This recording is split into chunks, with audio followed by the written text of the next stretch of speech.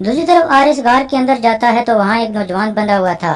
حارث اس سے پوچھتا ہے کیا تم ماریا کے بھائی ہو؟ وہ لڑکا کہتا ہے جی ہاں میں اس کا بھائی ہوں۔ وہ کیسی ہے؟ حارث کہتا ہے یہ تم کبھی نہیں جان پاؤ گے۔ پھر حارث اس کی گردن پر خنجر پھیر کر اسے مار دیتا ہے اور پھر سپاہی کو کہتا ہے ماریا کو یہاں لاؤ۔ دوسری طرف سمکو اپنے آدمیوں کو کہتا ہے حملہ کرو اور پھر لڑائی شروع ہو جاتی ہے۔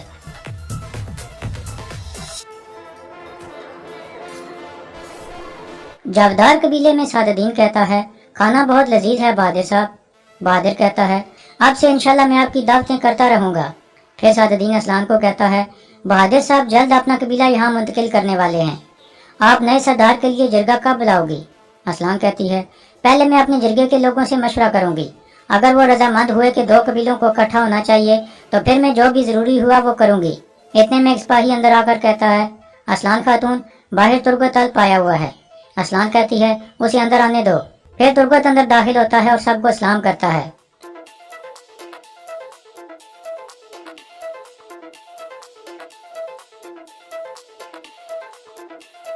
دوسری طرف لڑائی جاری تھی۔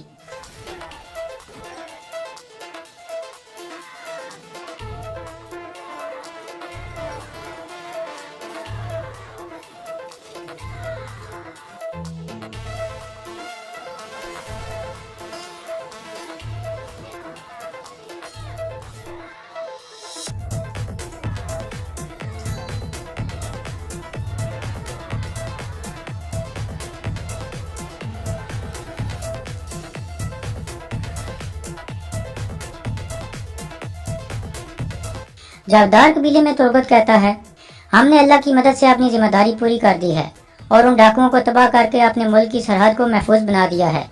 سعدالدین کہتا ہے ہم نے آپ کی بہادری کے بارے میں سنا ہے، آپ نے سلطان کی ذمہ داری کو بہت اچھے طریقے سے نبھایا ہے۔ پھر تربت اسلان کو کہتا ہے جاودار قبیلے کے 7 سپاہی شہید ہوئے ہیں، ہم نے ان کی تلواریں ان کے گھر والوں کو دے دی ہیں، مجھے بہت افسوس ہے۔ اسلان کہتی ہے ہم اپنی ریاست کے لیے جانیں قربان کرتے ہیں، اللہ ہمیشہ ہماری ریاست کو قائم رکھے۔ پھر تربت کہتا ہے میں کسی مناسب وقت پر آپ کو آپ کے سپاہی واپس سونپنا چاہتا ہوں اور کچھ معلومات دینا چاہتا ہوں۔ اسلان سعدالدین سے اجازت لے کر جانے لگتی ہے تو بہادر بول پڑتا ہے اور کہتا ہے یہ اس کام کا وقت نہیں ہے اسلان، بیٹھ جاؤ، ہم امیری حضرت کے ساتھ صلاح مشورہ کر رہے ہیں۔ اسلان کہتی ہے میرے خیال میں ہماری ملاقات ختم ہو چکی ہے بہادر صاحب، میں جاؤں گی۔ یہ سن کر بہادر کھڑا ہو کر کہتا ہے تم امیری حضرت کو چھوڑ کر اس سپاہیوں کے کمانڈر کے ساتھ جانا چاہتی ہو، نہ ہی تمہیں ادب ہے اور نہ ہی روایات کا خیال ہے۔ اسلان کہتی ہے آپ مجھے ہماری روایات نہیں سکھا سکتے، جب امیری حضرت یہاں موجود ہیں تو آپ کے الفاظ کی کوئی حیثیت نہیں ہے۔ یہ سن کر بہادر سخت غصے میں آ جاتا ہے اور اسلان کی طرف بڑھتا ہے، لیکن تربت اسے روک لیتا ہے۔ دوسری طرف ارطغرل اس آدمی سے پوچھتا ہے تم کیا چاہتے ہو؟ وہ آدمی کہتا ہے آپ کی منزل کیا ہے؟ ارطغرل کہتا ہے سرخ سیب۔ یہ خفیہ الفاظ تھے، ارطغرل سمجھ جاتا ہے کہ یہ اس کا ساتھی ہے۔ پھر ارطغرل پوچھتا ہے بہادر آپ کا نام کیا ہے؟ وہ آدمی کہتا ہے ارسز۔ چلیں ارطغرل صاحب آزادی کی جنگ لڑتے ہیں۔ پھر وہ دونوں کھڑے ہو جاتے ہیں اور سمکو کے آدمیوں کو مارنے لگتے ہیں۔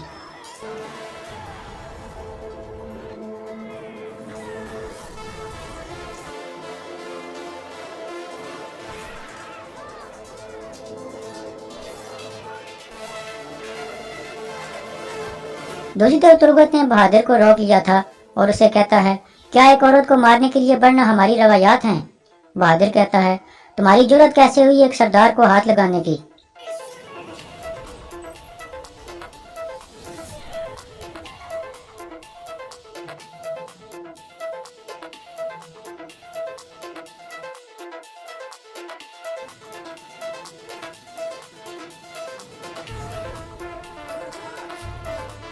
اس طرح تربت وہی خنجر نکال کر بہادر کی گردن پر رکھ دیتا ہے اور کہتا ہے اگر تم سردار ہو تو ایک سردار کی طرح کام کرو، اگر مجھے اس خیمے کی عزت کا خیال نہ ہوتا تو میں تمہیں تمہارے ہی خنجر سے قربان کر دیتا۔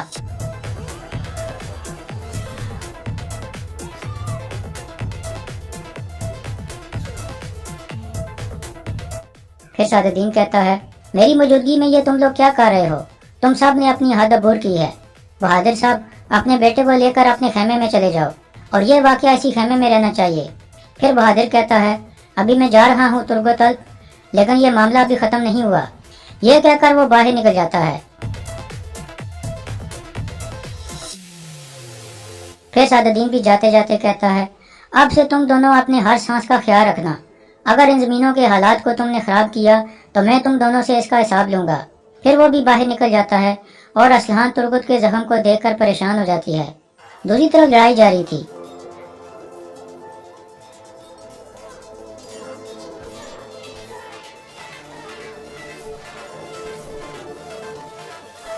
इस तरह अर्तुल और उसके साथी सिमको के सारे आदमियों को मार देते हैं। ये देखकर सिमको वहां से भागने लगता है। अर्शिद कहता है, अर्तुल साहब वो भाग रहा है।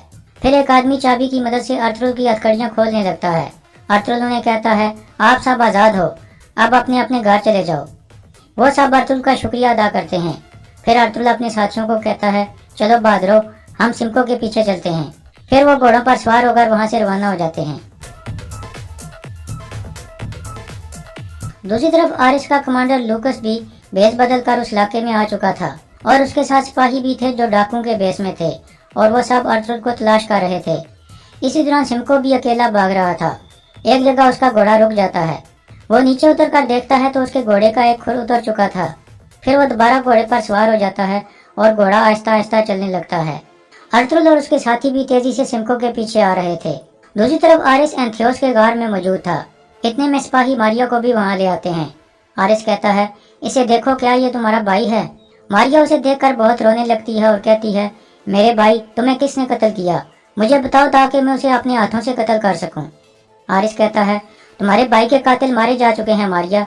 मैंने सिमको के अलावा सबको मार दिया है। वो भी यहाँ पहुँचने वाला है, फिर उसे भी सजा मिल जाएगी। फिर मारिया आरिस को कहती है, मुझे भी मार दो, अब मैं जिंदा रहने की हकदार नहीं हूँ। मैंने आपको धोखा दिया था।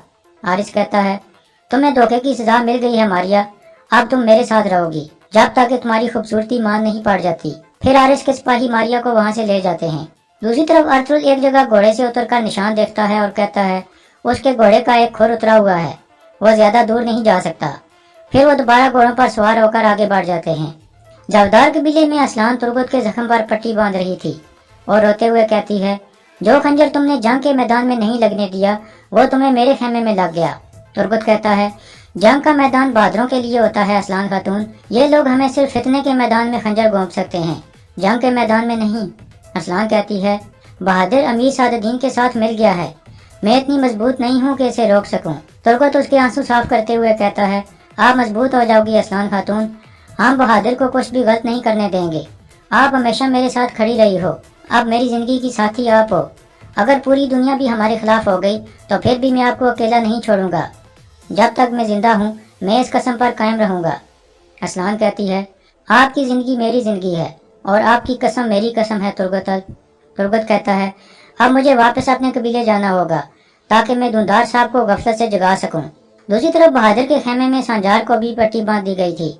बहादुर सख्त गुस्से में कहता है, कोई रवायात बाकी नहीं रही, वो मेरी कोई भी बात नहीं मान रही, वो अर्तुल के उस गंदे कीड़े की वजह से मुझे दांत दिखा रही है। सांजार कहता है, आप हुक्म करें बाबा, ताकि मैं उस गंदे कीड़े का सर उतार कर सबको दिखा सकूं और उसे इबरत का निशान बना सकूं। बहादुर कहता है, वक्त आने पर हम ये भी करेंगे सांजार, लेकिन अभी नहीं, अभी तुम अपने गुस्से को काबू करो। सांजार कहता है, मैं ये बर्दाश्त नहीं कर सकता बाबा, मैं उससे हिसाब लूंगा। बहादुर कहता है, अभी नहीं सांजार, अभी नहीं। दूसरी तरफ सिमको का घोड़ा दोबारा रुक जाता है। फिर वो घोड़े से उतरकर उसे एक तरफ भगा देता है और खुद दूसरी तरफ चल पड़ता है। इसी दौरान अर्तुल और उसके साथी भी तेजी से आगे बढ़ रहे थे। जावदार कबीले में जंग से वापस आने वाले सिपाही अपने घर वालों से मिल रहे थे और सब बहुत खुश थे। तुर्गुत भी अंदर से आ जाता है और उन सबको देखने लगता है। इतने में सांजार वहां आकर उसके सामने खड़ा हो जाता है और कहता है, ये मत सोचना कि तुम बच जाओगे जो तुमने किया है तुर्गुत।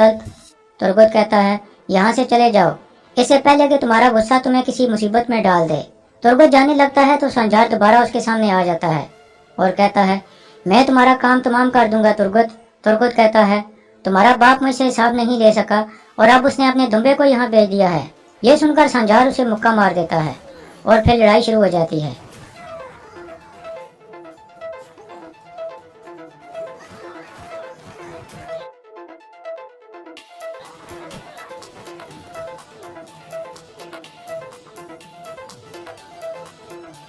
दोनों के दरमियान लड़ाई जारी थी। اور یہاں اس کیس کا اختتام ہو جاتا ہے۔